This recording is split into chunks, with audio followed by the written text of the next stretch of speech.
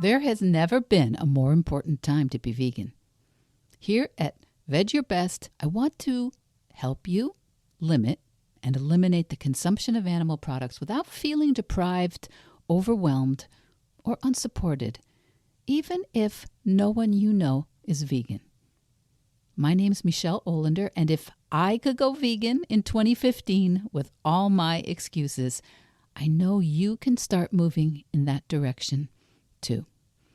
Veg your best, and there's nothing you can't do. Episode 130, The Vegan Registered Dietitian, Virginia Messina.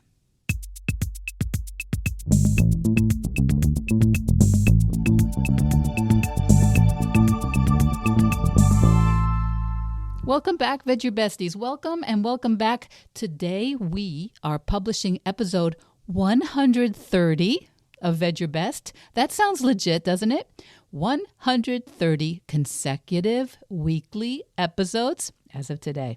And I'm recording this one from sunny Southeast Florida, where we have a view of the Atlantic. Okay, not from this closet where I'm recording, but there are gorgeous sunrises and pelicans and lizards, and where we've had quite a few of our kids and our grandkids come to spend some time with us during this past month.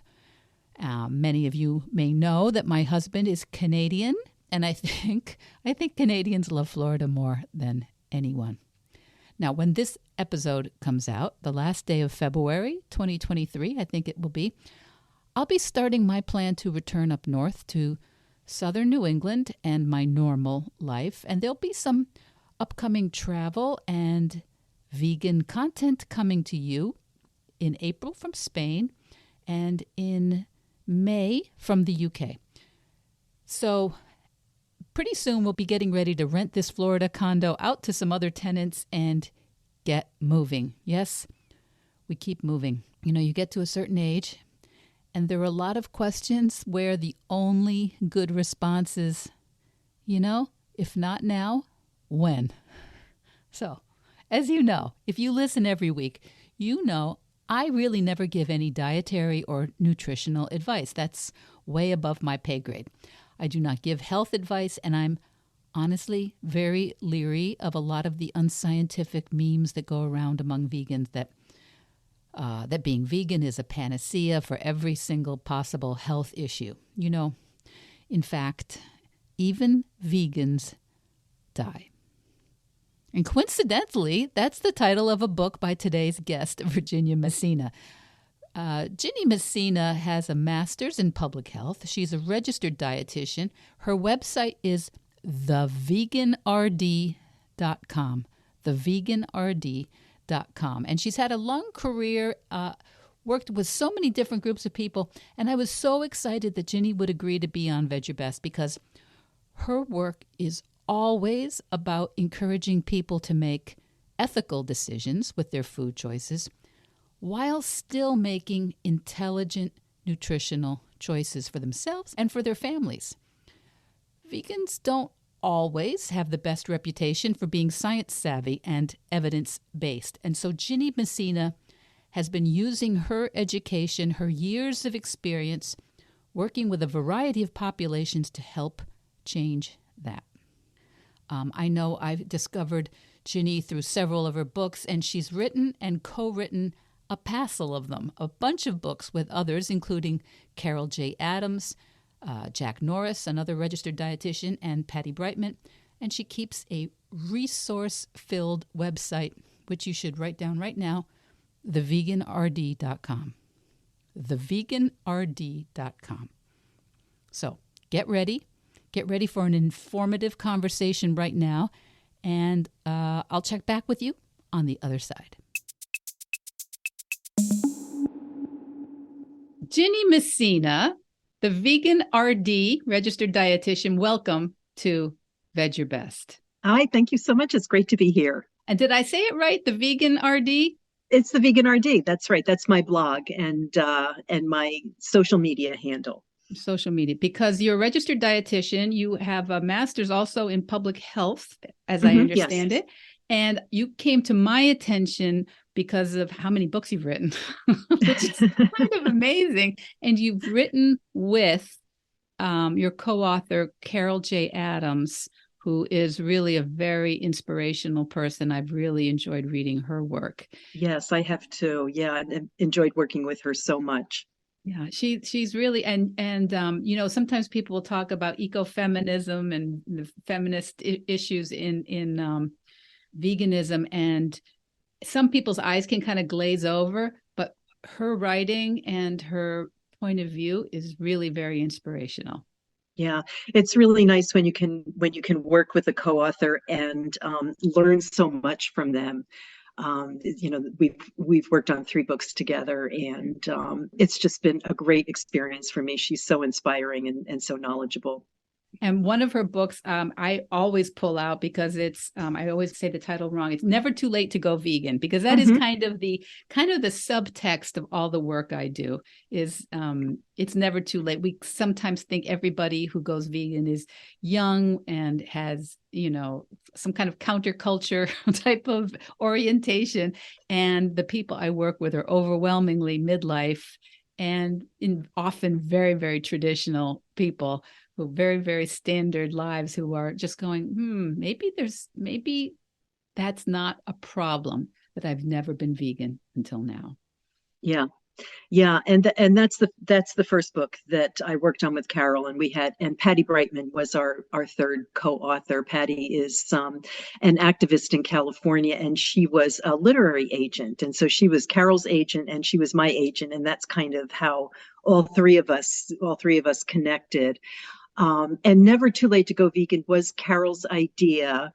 She felt that it was, and we all felt that it was important to have a book for this particular population, not just to give people the tools and the information that they need in order to move towards a more plant-based diet, towards a more vegan diet, but also because we wanted to show people that your food choices and the choices that we make at this stage of life can be empowering, because we all know that as you age, you kind of feel like you're losing power, you're losing influence, and adopting a vegan diet or moving towards a more plant-based diet is a way to really have an influence on the world. And that was an important message that we wanted to convey in the book.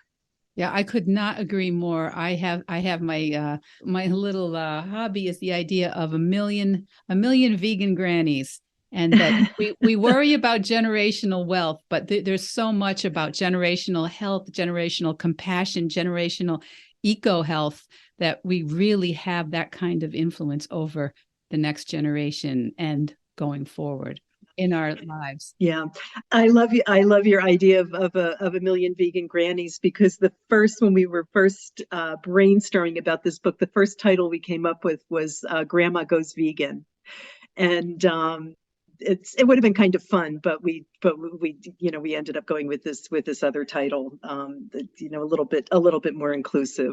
I think, well, no, for sure. I think it is more inclusive, and I do believe. I know some people push back at the concept of grannies. I, for one, am not. I'm a grandmother of 4. I'm a babcia. It's a Polish name, so I'm not a granny. A lot of people go, "Oh, nobody uses that term, granny." I know lots of grannies. Yeah.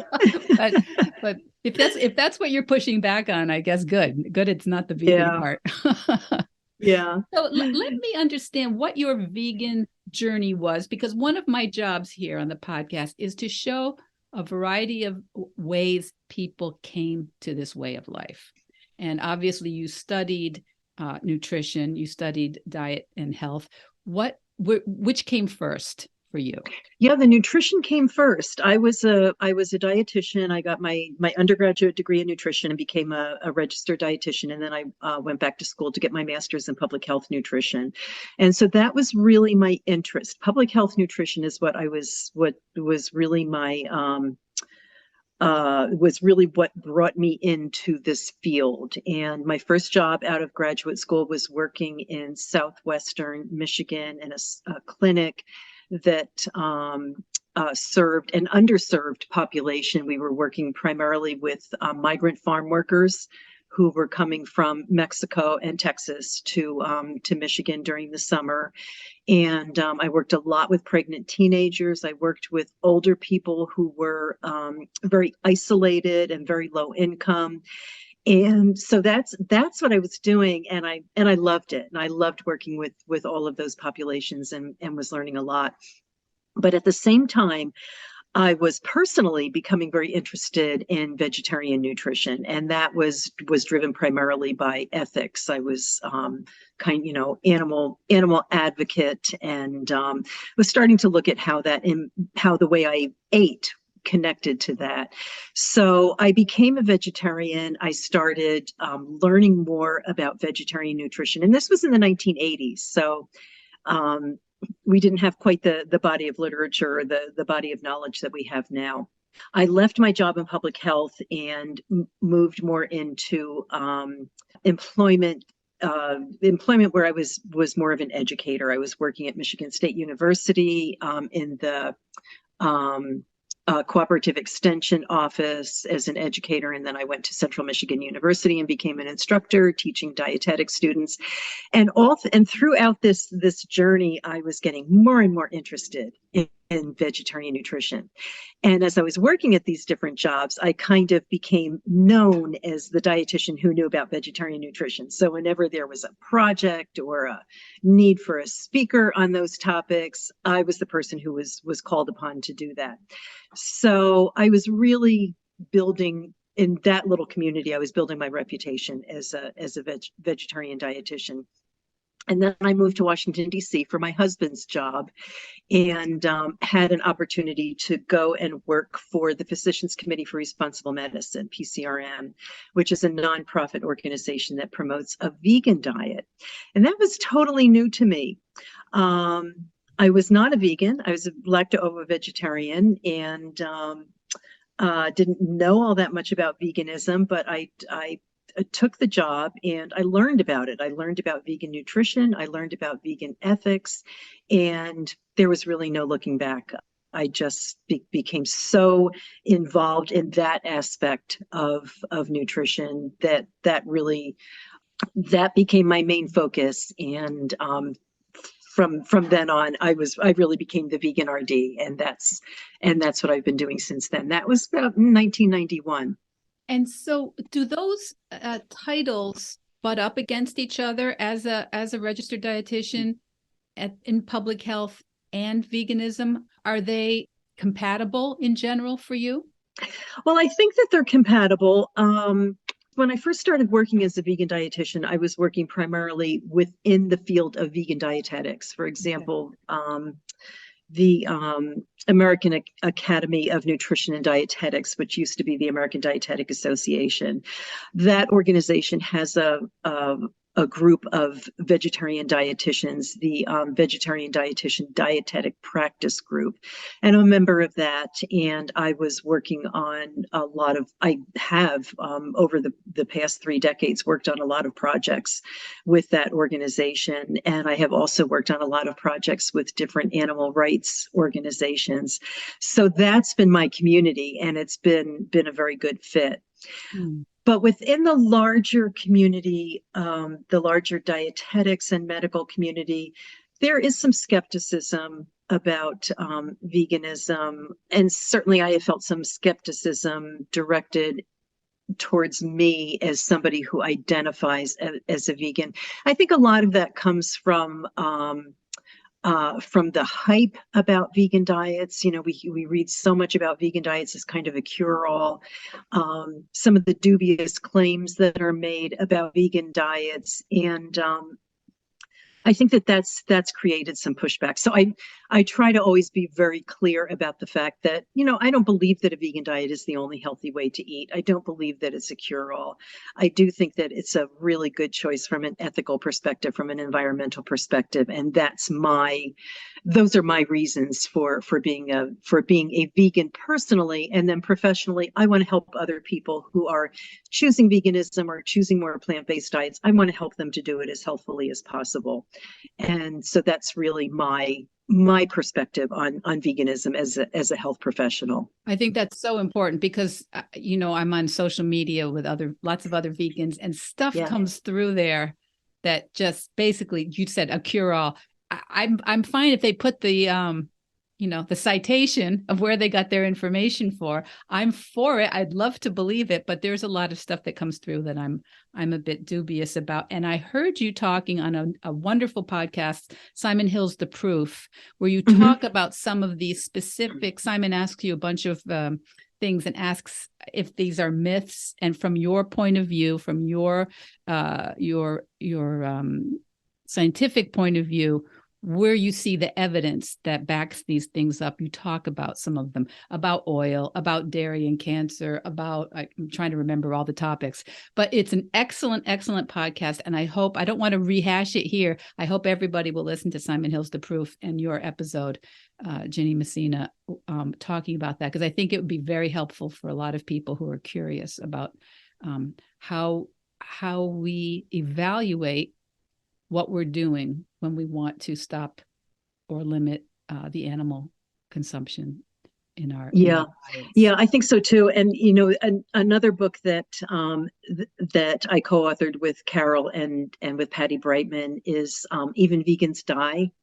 And we wrote that book to not so much to push back against claims that are made about veganism, but to push back against the shame that surrounds illness. And vegans die, vegans get cancer, vegans get heart disease.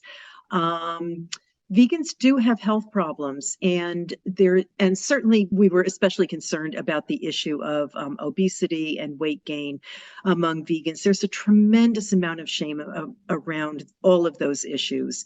And so I think that it's really important to be clear about the fact that a vegan diet is not a guarantee that you're going to be skinny. It is not a guarantee that you're going to be healthy. And that's okay. You choose to eat in the way that feels best to you. You deal with your health in the way that feels best to you, always knowing that you are making this choice that is so good for the world and that is so empowering. And that's the thing that matters the most. I think that's beautiful to say, because yes, and a vegan diet can be all kinds of things, the same way a non-vegan diet can include and restrict all kinds of things. It's endless, the permutations that are available basically in both sorts of orientations around food. Right. And some people don't especially care about their health. That's not important to them. Or some people their health is not really affected that much by what they eat. They kind of have this great metabolism that seems to work well no matter what they're eating. And so certainly I want people to eat as healthy a diet as they can comfortably do. But I also want people to know that there is a way to be a vegan for everybody. Whether if you just want to eat junk foods all day long and you don't care about anything else, you can do that and be a vegan. Or you can eat a really healthy diet, a really convenient diet, a really gourmet diet. There's a way for everybody to choose a vegan diet.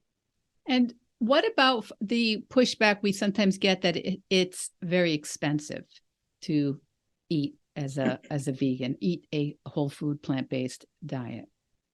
Yeah, I think that I think it's an unfortunate truth that certain dairy products and even certain meat products are very inexpensive because of because animal agriculture is so efficient at the detriment of the animals and the environment. And because of farm subsidies, it keeps the price of these foods very low, whereas more healthy foods like fruits and vegetables, they tend to be fairly expensive. But you can certainly offset that by eating grains and beans, which are pretty inexpensive. I mean, there's nothing less expensive than beans, especially when they're cooked from the dry state. So I think that it's not so much that vegan diets are expensive. I think that eating healthfully can often be more expensive if you're choosing to include a lot of fruits, fresh fruits and vegetables in your diet. Uh, you can choose frozen vegetables as one way to save money, and they don't taste as good, but they're just as good for you. And if you saute them in a little bit of olive oil and garlic, then they're still pretty good. But it's not so much a function of vegan diets as it is a function of healthy diets that include a lot of produce. That's what pushes prices. That's what pushes your grocery bill up. And then again, in contrast, eating lots of beans and grains and potatoes and sweet potatoes is a good way to bring those costs down. I don't talk about food that often on the podcast, but on my Instagram, I often put what I'm eating. And I just say it ad nauseum. It's a grain, and a bean is like the foundation of most of my meals. And then I fill it in with whatever else is in season or in the fridge or in the freezer or in the pantry. And it's a heaping bunch of greens, whatever I've got. And then the grains and the beans. Everything is alliterative in that. But you said the 3-letter word that PCRM sometimes talks about, oil. Uh-huh. Yeah. So oil is one of the things I do know you mentioned with Simon Hill on the proof that that it's an example of the spectrum of whole food or plant-based diets, right? Some people will totally avoid oil hopefully for health benefits.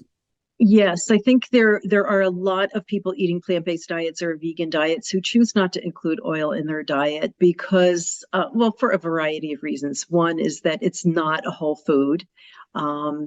And another is that it's fairly high in calories because it is, oil is pure fat.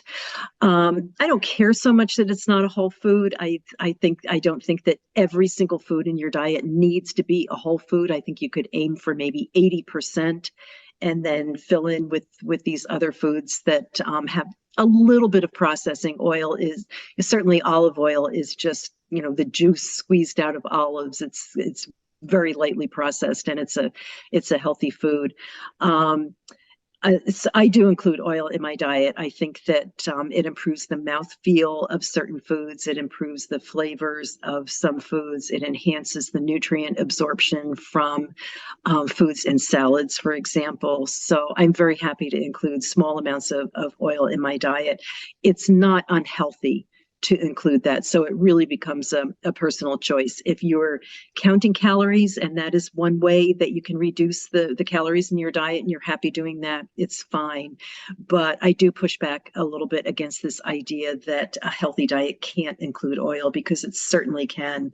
And for most people, I think people who are moving towards a more plant-based diet or a vegan diet, it can be unhelpful to start piling on these other restrictions to say you can never have oil, you can never have desserts.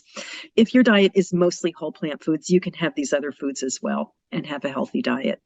Yeah, I think it's a good example of, like, if somebody is already suffering from significant heart disease or some other medical issue, well, then, okay, you go straight to whatever your doctor says you need to be eating or not eating, perhaps. But for most of us who are moving into plant-based eating, moving into a vegan lifestyle, to give us too many rules all at once and give up too many things all at once is kind of a recipe for backsliding or failure at it, I think. I don't know. I think that's been your opinion, right? Yeah, I think so too. I think that people often find adopting a vegan diet to, it can be difficult for some people. It can be difficult to give up all of the foods that you grew up with and to find new ways to bake, for example, baking without eggs and baking with different kinds of fats. There's some challenges associated with that. I don't want to say that going vegan is hard. It's not hard, but certainly during the transition to it, there are these challenges. You have to learn new ways of eating, new ways of cooking. So I'm not in favor of making it more challenging by saying, you can't saute your onions in olive any longer. I agree with you completely that we don't want to add these other restrictions onto incorporate these other restrictions into dietary changes when people are already doing so many new things. Yeah, I agree, because I don't like saying vegan veganism is hard, change is hard. Like, Yeah, just that's right. across the board, no matter what you're trying to do. Even That's right. if you're trying to learn to cook a gourmet meal or bake or anything, all these things are hard. You're not set up for Right. it. You don't have the experience for it. And I think veganism is no different at all. It's just changing. In fact, this week, I think coming out, my podcast is about lapsed vegans. And I wonder what you think, because I often hear people tell me, oh my God, I was vegan for a year or 3 years or 18 months and never felt better, so happy with myself, but I couldn't keep it up. And I'm always like, okay, but you could back off from it without completely dropping it. But there's something about our brains that don't make that happen so easily. I find it I'm just so curious about people who were vegan and were happy being vegan, and then all of a sudden they feel like their health failed. And so they didn't add back a little bit of cheese or a little bit of fish. They decided to eat a carnivore diet, to eat nothing but meat, as though that's somehow the answer to not doing well on a vegan diet. And so I think that a lot of times people are looking for I don't know, they like extreme food choices, or they're looking for something new. I'm not really sure what that's all about, why somebody would jump from a vegan diet to something that is at the absolute opposite extreme. I do think that people often don't do well on a vegan diet because they don't have good information about vegan nutrition. For example, they might not be taking vitamin B12 supplements, which is really important. Super For all important, right? vegans. Let's put a point right there. Anybody who's eating, most people probably need B12 supplements if they're older, right? But definitely, Yeah, everybody. Yeah, according to the Institute of Medicine, which is the organization that establishes the RDAs for nutrients.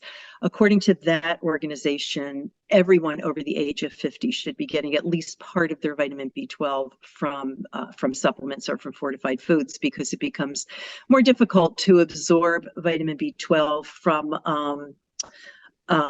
animal products as you age and with digestive changes. So yeah, so everybody over the age of 50 should be taking vitamin B12 supplements, and vegans at every stage of the life cycle should be using vitamin B12 supplements. And I think that there's a lot of pushback against that. People don't want to believe that we need supplements in order to be healthy. I think that a lot of times vegans will not take those supplements for that reason. They just can't believe that that's necessary, and then they fail on their vegan diet, and it creates this idea that a vegan diet isn't healthy or can't be healthy. Well, it can be healthy just with this one small change, with taking a vitamin B12 supplement. So, and I think that sometimes people eat diets that are too low in fat, too low in protein. They don't feel well. Too low in calories, period, I think, Too right? low in calories, period. Eating a raw foods vegan diet, just becoming too restrictive with vegan food choices. I think that people often end up not feeling well, or just not feeling satisfied. They're just not happy with their diet, and so they end up abandoning veganism and either going to this other extreme, to a carnivore diet, or just adding some animal products back to their diet. And I think that we know, because of the work that you do, that there are all of these other reasons related to our social lives, and learning how to cook, and exploring new foods. People just find it difficult to stay vegan. They're not getting the social support that they need. So I think that for me, as an advocate for veganism, and as a dietitian who wants to help people feel good with it, feel good as a vegan, I think that all of these things are so important, not just nutrition, but also giving people the social support that they need, and the support that they need in exploring new foods, and new ways of cooking, and new ways of eating. I think it's so important for any change that you make, but certainly with veganism, you have to be willing, I think, especially in the beginning, to fail a little bit, because that's where you learn so much. And instead of throwing the baby out with the bathwater, you go, oh, why could I not keep that up? Maybe I need more food, or maybe I need to wait until I learn how to cook these other things before I completely give up fish or completely give up eggs. Sometimes people are mad at me when I say that because there's criticism can come from every side of the equation. Right. But what we're trying to do is get people to thrive and leave animals alone, Right. not bounce back. Yes, and I think that that's really important because that's something that I try to convey to people who are in the process of going vegan or have adopted a vegan diet, that if you have a lapse, if you eat a non-vegan food, that's not a failure. It is just a lapse, and you keep moving forward in whatever way you can and keep making better choices, and you'll get there. So I think a lot of times, it's the same thing with weight loss diets, and most of us women know this because most of us have been on weight loss diets at some point in our lives. um it's you kind of get this all or nothing idea. Oh, well, I stopped being on my diet, so I'm just going to give the whole thing up. And I think that people do this with veganism as well. Yeah, because I think sometimes you can handle all of it except the social situation. And Right. so then you need to learn, you maybe give yourself a little bit of a pass for a while you learn how to ask for what you want, while you learn. That's why I talk about the vegan grannies. While you talk to grandma and say, I am not eating that, grandma. I still love you. I adore you. Yeah. But I'm Yeah. not eating that. And you're not denying your traditions. You're not denying your family history. So sometimes we have to learn certain areas. We don't want to just give up everything just because there's a certain area that's a little bit tough for us. Yeah. And those conversations with grandma about your favorite cookies that she's been making for you since you were 3 years old, those are really hard conversations. And so yeah, I completely agree with you. You have to do your best and realize that there are some areas that are going to be more difficult than other areas, and you'll work through those over time. Yeah, I talk on the podcast a lot because I came to this. I don't know if you've ever heard this term that I use, excusitarian. I was an Yeah. excusitarian for a long time until I committed, and I found it very hard traveling to places where people were proud of the artisanal animal products that they were creating, and to go into a small area and say, no, I don't eat this food that you have been making for generations. And that really bothered me for a long time until I just practiced it. And Right. now I respect my reasons, so I don't worry so much. I know it's not done out of disrespect. Right. And sometimes people will agree, sometimes they won't. But same thing always. Yeah, and I think that over time you learn how to talk about it. You learn how to explain to people why you don't eat something in a way that doesn't make them feel uncomfortable, or doesn't make them feel challenged. And it's all a learning experience. So that is something that also happens over time, that you may not be comfortable with right at the very beginning. Yep. And this is part of your work. Your food is not just what's on the plate. It is Right. everything. It's where the Right. food comes from. It's who we have our food with. It's how we prepare it. So of all your books, which one would you like? If someone was going to start with one, which one do you think you'd point them towards? Well, I think I would point them towards Vegan for Life, which is the book that I co-authored with Jack Norris, who is also a dietitian. He's the executive director of Vegan Outreach and has been working in this area for a long time. Um, and the reason that I would recommend that book is that it kind of covers all of the bases. It gives some information about why we choose veganism from an ethical perspective. It gives some information about the health advantages of eating a more plant-based diet, but I think does so in a way that is very honest about what a plant-based diet can do for you and what it can't do for you, and then provides the basic information that you need in order to ensure that you're meeting nutrient needs at any stage of the life cycle. So there is a chapter for older people, and a chapter for pregnant women and for people raising kids. So it kind of covers the whole every it's Vegan for Life. It's basically everything that you need to know about veganism in a nutshell. So start there, Vegan for So Life. start there, yeah, I and like then go that. and then move towards whatever is of particular interest to you. For those of us who are over the age of 50, then maybe looking at Never Too Late to Go Vegan. And for people who are concerned about some of these issues around your legacy and around illness and death and dying, then Even Vegans Die. I also wrote a book for women, Vegan for Her. I'm kind of not recommending that so much anymore, even though I wrote it and I'm supposed to love all my books and recommend all of my books. I think that it's probably a little outdated at this point. So I think that Vegan for Life is a better option for women. Okay, that's good to know. So Vegan for Life, and we'll make sure that gets linked in the social media.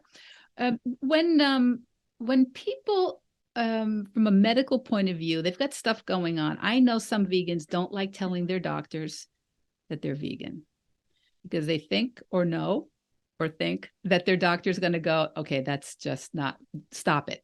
How do we advocate for ourselves as people who are choosing to opt out of animal products? How do we advocate for ourselves and also take good care of ourselves in our conversations with our physicians? Do you have any kind of guidelines or recommendations for that? Well, I think that it's important to, I certainly think that if you're talking with any healthcare provider, I think it's good. It's not always necessary for them to know that you're a vegan, but I think that there are, certain aspects of your health where it's something that you may want to discuss with them. Like I let my healthcare provider know that I'm vegan because I wanted to make sure that I was testing my vitamin D and bone health and things that are specifically related to diet, not necessarily to veganism, but that was important to me. And she certainly didn't bat an eye. She didn't care at all. But you knew who she was talking to. Yeah, I know, but that's certainly not true of all healthcare providers. So I think that it's important to let your healthcare provider know that that you are vegan, that this is why you are vegan, this is important to you, and that you are a savvy vegan, that you read about nutrition and you are making sure that you are meeting all of your nutrient needs. So I think that when you have that conversation with a healthcare provider, you want them to know that this is not something that they need to worry about, that this is something you're happy to discuss with them, but that you really do know what you're doing and that this is something that is really important to you. Now, I have heard, and this is a question you may say that you don't have familiarity with or don't have anything to offer on this topic. I know some people who lost a fair amount of weight, which doesn't always happen. When I first went vegan, I actually gained weight because I had to keep eating because I was not satiating myself the same way I had been. Yeah. But some people lose weight. And this one person, her doctor considered veganism basically an eating disorder. Yeah. That was this particular physician's feeling about it. And eating disorders and veganism are sometimes very contraindicated in the therapies, in the therapeutic community. Right. Is there, for people who maybe don't agree that they have an eating disorder, is there a way to advocate for themselves there, or is that very difficult? Well, it is difficult, of course, because people who do have eating disorders are going to say that they don't have an eating disorder. So it's very difficult for the physician to know. And obviously, if it's an unhealthy weight loss, if it's a severe weight loss that's bringing the person down to an undesirable weight, then obviously the physician is right to be concerned about that. But I think what you're saying is that this is a really tricky situation because we just don't always know what's going on. It is absolutely not true that people who choose veganism, and particularly women who choose veganism, are at higher risk for eating disorders. It is true that some people who have eating disorders will choose a vegan diet as one way to mask that or to control their food intake and reduce their food intake. So I think that healthcare providers have to tread very carefully here. We don't want to just assume that because somebody's a vegan and they've lost weight that they have an eating disorder. But if it's a severe weight loss, then we want to look at what's going on and whether there are some other, whether there's some mental health issues here, or whether the person just needs some guidance to slow their weight loss or stop their weight loss. Maybe it's not something that they want at all, but they just don't know how to eat to maintain a healthy weight. Yeah, I think that's a good point. And some people are not incorporating the foods that they've taken things out, but they haven't added things in. Right. Especially if you have ever been a kind of devotee of low carb, high protein. Right. You take out all that protein, and you might be like, I can't eat all those potatoes. I can't eat all that Yeah. rice or grains. We've had so much. It's like we've had so much diet mentality over the last decades of our lives that sometimes it's a lot to unravel. It is a lot to unravel, and it's absolutely true that often when people go vegan, they don't know what to eat. They don't know what is healthy to eat, and certainly there's a lot of fear around carbohydrates, and it's not warranted, because these whole grains and potatoes and starchy vegetables, I mean, they're good for you. They're great to include in your diet. So we need to unlearn some of that mythology around food choices. What is a food that you don't think people eat enough in your practice, in your experience? Like, what's a food that you think really everyone should go out there and try it? Well, I think it's not a specific food. It's a food group. I think that people don't eat enough beans, whether they are vegan or not. I think most dietitians and nutrition health professionals are such fans of beans. They're kind of they're the dynamic duo for a food that's rich in both protein and fiber. And I'm such a fan of high fiber and high protein diets that's one of the reasons that I love these foods. They're just, oh my gosh, they just have so many great health benefits, and are a really easy way to improve your protein intake. So I think that I mean, I didn't grow up eating beans at all. We had sometimes my mother made lentil soup, which I refused to eat. And 4th of July, we had baked beans, and I refused to eat those. I was not eating these foods at all. And now I'm a big fan. And I think that there are a lot of people who are not eating very many beans, and I wish they would, even if they're not vegan. And sometimes people who have not been eating a lot of beans or very high fiber foods need to take it slower than maybe the rest of us who are certainly there's some digestive issues when you start adding these foods to your diet. And I think if you cook the beans really well, and you start out with some of the smaller choices like lentils and split peas, and then kind of work your way into it, that eventually your intestines will learn to be more comfortable with these foods in your diet. Yeah, I think if you go whole all the way into it right away, you may have some discomfort if you're not used to it. Yeah. Another area I know people tell me all the time, they don't know how to advocate if they have a loved one in say an assisted living or in hospital, even for a period of time. That a lot of people, my parents are gone, but I'm kind of that sandwich generation. A lot of my friends still have older adults in their lives that they're worried about, and even if they don't want them to go vegan at this point, they may want them to have a little extra fiber, a little extra whole foods that they may have been able to make for them when they were living with them, but now that they're in a more institutionalized kitchen environment.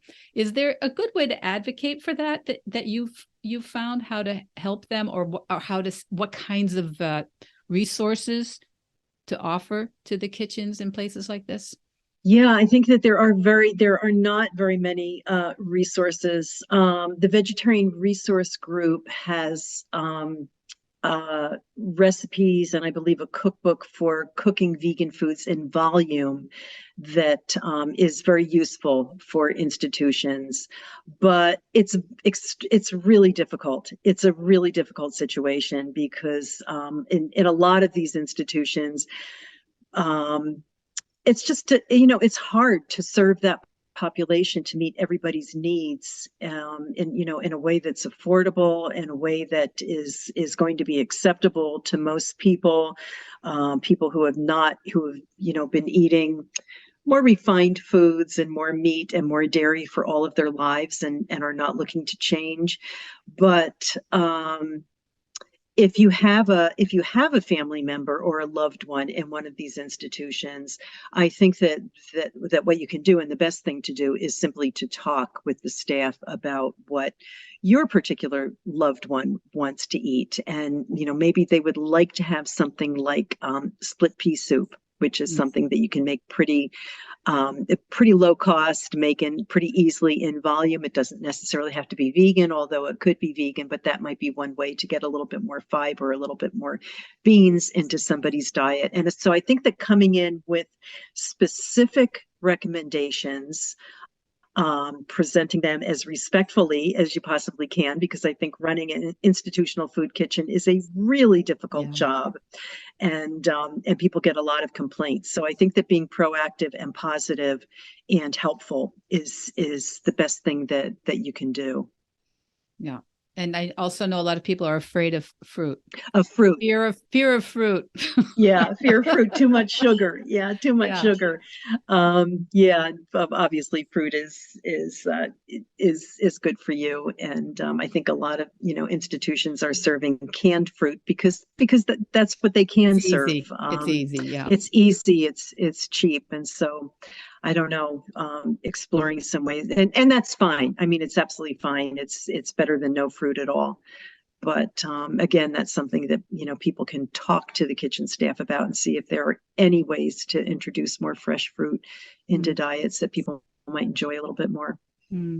It's what do you feel, as I do, even in the few years, what's maybe 8 years that I've been vegan and experimenting in that direction, maybe another 5 years before that, the world's really changing in terms of its acceptance, it seems to me. Does it feel that way to you? Because you've been vegan a long time and you've been in this field a long time. Yeah, I've been vegan a long time, and I've seen lots of changes. I think that vegans still make up a pretty small percentage of the overall population, at least in the United States and North America. I think that what's changing is that vegan food is much more accessible. I think a lot of non-vegans are choosing vegan foods for some of their meals, at least. And I look at my brother and sister-in-law. They're not vegans at all. They're not vegetarians, but I introduce them to Beyond Meat, to the Beyond Meat sausages, and they love them. And so now when they have sausages, that's what they have. And so that's creating a little bit more of a market for these kinds of foods. And they're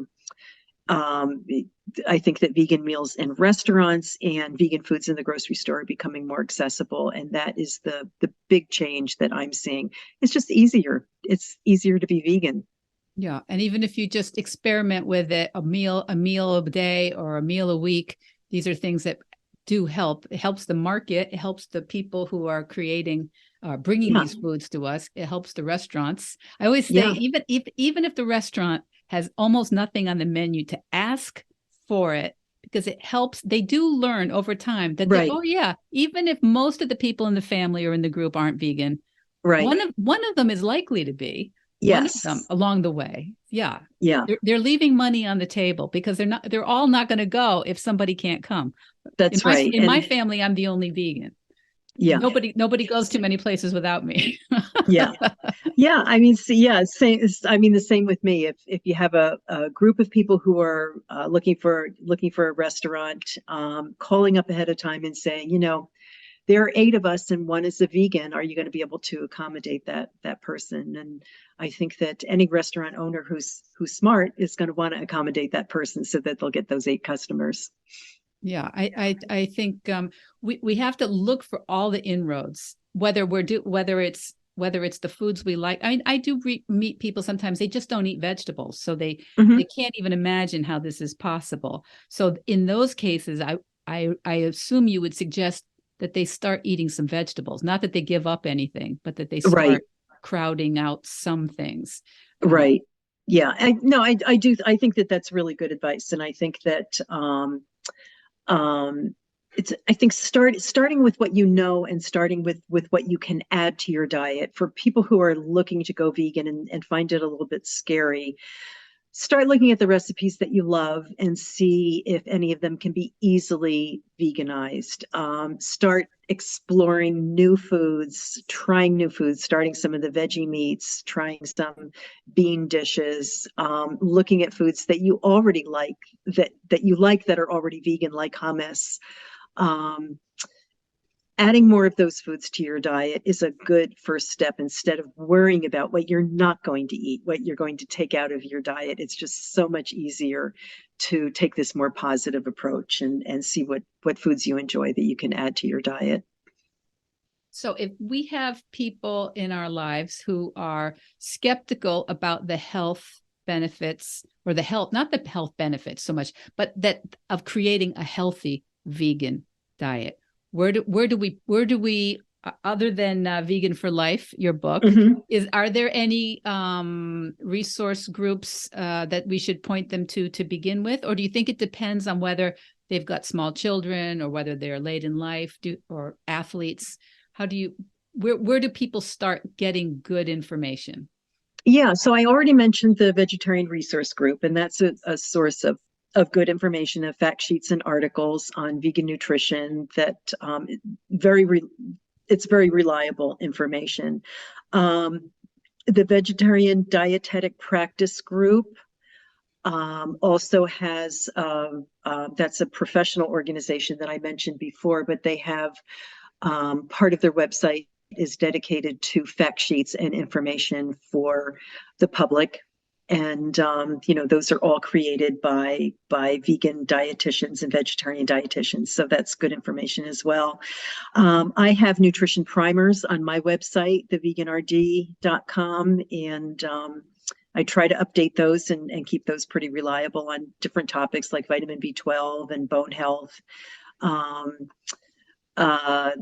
Veganhealth.org is another website for very motivated people who want to read a lot of information about vegan nutrition. It's a lot of science-based information, but for somebody who wants that info, it's a good, reliable resource.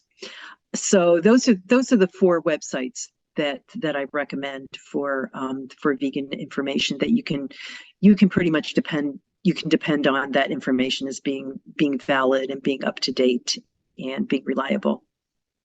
That's marvelous. Okay, I think there's going to be a lot of information for people to get from this podcast. Ginny, Messina, is there anything else you would really like? You are someone who is in public health. Is there a wish you have? Is there something you'd just love to see? If you were Surgeon General, if you had the ear of the powers that be, is there something that you would particularly like to see happen? Well, I think big when I think, about my one wish. If I could have one wish to change the world, I would certainly want a world where no animals are being exploited, where everybody is eating a vegan diet and living a vegan lifestyle and loving it and being really happy with it. I think, my wish is for people to understand, for there to be, I think, more resources from the mainstream nutrition and medical communities, helping people to see that veganism is safe, it's doable, it's available to everyone. Because as I mentioned before, there are so many different ways to eat a vegan diet. I would like that information to be more prominent, and for people to understand that this is really something wonderful that we can do for the world. It's good for the environment, it's good for animals, it's good for our health, and just to have that information out there. All right, well, that's a good way to end this, because that's what we're trying to do here. We just try to keep dripping. Yeah. Keep dripping and throwing the vegan seeds out into the community, because somebody was just saying today that they never knew anything about vegetarianism until they read a novel and one of the characters was vegetarian, and they went, oh, I wonder. It wasn't scientific, but it was just like sometimes the thing happens, the concept occurs when you're in that space of being a little bit more open. Yeah, yeah, that's so interesting that's what kind of hit that person's thoughts and made them think about vegetarianism was a piece of fiction. Yeah, because ultimately it's just our brains. What Yeah, makes us, as Melanie Joyce says, what makes us eat one animal, use one other animal, and pet another animal? It's just our thoughts. yeah. All right. All right. Thank you so much for joining me, Ginny. It's been a while to get us together on the pod, and I'm really, really grateful you made time for us. Oh, thank you so much. It was my pleasure. So what did you think of Virginia Messina, the vegan RD? You know, in a world of memes and hype, I think it's really refreshing to listen to someone who wants to keep it real, as in there are enough real, ethical, political, environmental, and yes, health benefits to making vegan choices that we don't have to overinflate or overstate any of it. You know, science really can be our friend as we make the best nutritional choices available as well as the best ethical choices we can. A healthy vegan is, in general, an advocate who can create even more change in this world.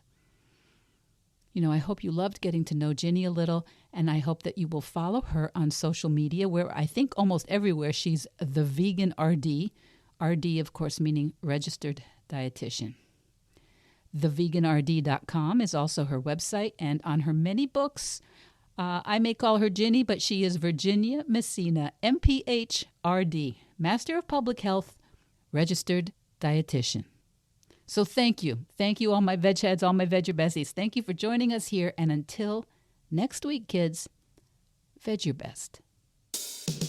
Veg Your Best podcast production, music, and editing by Charlie Weinshank. Thanks, Charlie. Before you go, it would mean so much to me and the Veg Your Best team if you would hit subscribe, leave us a 5-star review, or share with someone you think might be interested. Something about algorithms, it helps bump us up a little in the rankings, and that's the best way to help others find the podcast and for us to find our audience. So, until next week, make it easy and veg your best.